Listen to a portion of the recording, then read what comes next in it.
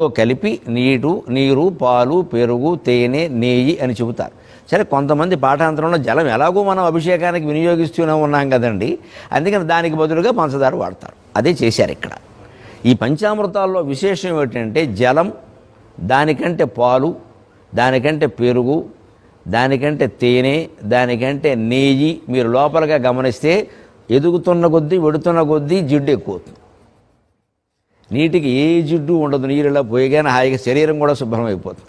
పాలు పోయగానే కొంచెం అంటుకుంటుంది. పాలు పోసాక మళ్ళీ నీళ్ళు పోసుకోవాలి, లేకపోతే చెమలు పడతాయి. ఇక పెరుగు కాస్త గడ్డగట్టి ఉంటుంది. తేనె ఆ అంటుకోవడంతో పాటు జిడ్డుతో పాటు తీపి కూడాను ఆస్వాదించాలనిపిస్తుంది. నెయ్యి అది దీపం వెలిగించడానికి ఉపయోగిస్తుంది. నెయ్యిని సంస్కృతంలో స్నేహం అంటారు, ప్రత్యేకం స్నేహబంధాలన్నీ. మనిషి తాను పెంచుకున్నటువంటి బంధాలు ఎలా ఉంటాయంటే, ముందు జలంతో అభిషేకం. జలం అంటే శరీరతత్వం, నీరే ప్రాణాధారము అన్నారు. ప్రాణం నిలబడేది నీటి వల్లే. అంచేత జలంతో అభిషేకం చేస్తున్నామంటే ముందు శరీరం అనే బంధం ఏర్పడింది స్వామి అని అంగీకరిస్తాం. అయిపోయిన వెంటనే పాలతో బంధం ఏర్పడింది. పాలతో అభిషేకం. పాలంటే ఆర్ద్రత, పాలంటే తల్లి తండ్రి. తల్లి పాలు తాగేగా మనం పెరిగాం. అంచేత ఆ తల్లి తండ్రి పట్ల ఉండేటువంటి గౌరవం మమకారం పాలతో బంధం. ఆ పైన వెంటనే కాస్త ముందుకు వెళ్ళేసరికి పెరుగుతో బంధం. కరడు కట్టిందంటారు, అదే సంసారం. కరడు కట్టేస్తుంది, గడ్డ కట్టేస్తుంది. కోయడం కూడా కష్టం, చాకు కూడా తెగవ. పెరుగు కాస్త గడ్డ కట్టింది బంధం. భార్య పిల్లలు ఏర్పడేసరికి కాస్త గడ్డ కట్టింది. తల్లిదండ్రుల బంధం కొంతకాలానికి కాస్త దూరం అవుతుంది. వారు వెళ్ళిపోవడమో మనం దూరం ఉండడమో జరుగుతుంది. భార్య బంధం అలా కాదు, కొత్తగా వచ్చింది. భర్త బంధమేనా అంతే.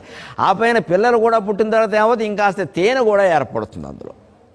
ఒకవేళ భార్య పట్ల భర్తకో, భర్త పట్ల భార్యకో వాళ్ళకి ఇదేళ్ళక అయ్యాక కాస్త విరక్తి కలిగిన ఈ పిల్లల కారణంగా మళ్ళీ మాధుర్యం పెరుగుతుంది. మన బిడ్డ అని ఇద్దరూ చూడగానే, బిడ్డను చూడగానే తగాదాలు మర్చిపోతారు. ఈ బిడ్డ కోసం మనం ఏకంగా ఉండాలి, అనురాగంతో ఉండాలి, వాడికి అన్నం పెంచేవాడిని, ఇంటి వాడిని చేయాలి. ఆ బిడ్డల మమకారమే తేనె. ఆ పైన ఇక ఆ తర్వాత నెయ్యి ఉందే. బిడ్డల సంబంధం సహా, బయట స్నేహితులు సహా, మన ఉద్యోగ బంధాలు, మన సామాజిక బంధాలు, ఇదంతా పెద్ద జిడ్డులాగా పట్టుకుంటాయి. ఈ పట్టుకున్నవన్నీ వదిలించుకోవడమే పంచామృత రహస్యం. ముందు ఇవన్నీ దేనివల్ల వచ్చాయి? అందుకే అభిషేకాన్ని మీరు గమనిస్తే పాలు పోయగానే వెంటనే నీళ్లు పోస్తారు. మరి కడగాలి కదా. మళ్ళీ తేనె పోయగానే మళ్ళీ నీళ్లు పోస్తారు. నెయ్యి పోయగానే మళ్ళీ నీళ్లు పోస్తారు. ఏది పోసినా, పెరుగు పోసినా మళ్ళీ నీళ్లు పోస్తారు. అంటే తల్లిదండ్రుల బంధము శరీరం వల్లే, భార్యాబంధము భర్తృ బంధము శరీరం వల్లే, బిడ్డల బంధము శరీరం వల్లే, స్నేహితుల బంధాలు శరీరం వల్లే. శరీరం వదిలిపోతే కానీ ఇవేమీ పోవు. అంచేత నీళ్లు పోస్తే కానీ శుభ్రం కాదు.